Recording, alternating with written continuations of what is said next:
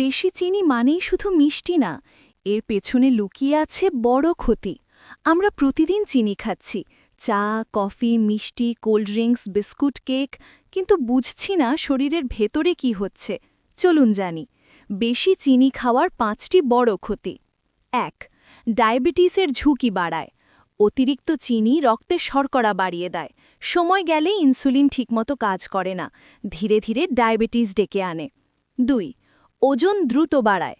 চিনি শরীরে বাড়তি ক্যালোরি জমায়, পেট ও কোমরে চর্বি জমতে থাকে, ফিটনেস নষ্ট হয়ে যায়। ৩.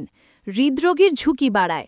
বেশি চিনি কোলেস্টেরল বাড়ায়, রক্তনালী শক্ত হয়ে যায়, হার্ট অ্যাটাকের সম্ভাবনাও বাড়ে।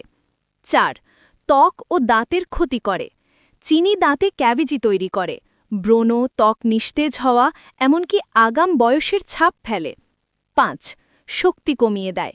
চিনি খেলে সাময়িক এনার্জি আসে, কিন্তু কিছুক্ষণ পরই ক্লান্তি, মন খারাপ ও অলস লাগে। সবচেয়ে বড় সত্য, চিনি আসক্তি তৈরি করে, যত বেশি খাবেন তত বেশি খেতে ইচ্ছে করবে। তাই চা, কফিতে চিনি কমান, মিষ্টি ও সফট ড্রিঙ্ক এড়িয়ে চলুন, প্রাকৃতিক খাবারে অভ্যস্ত হন।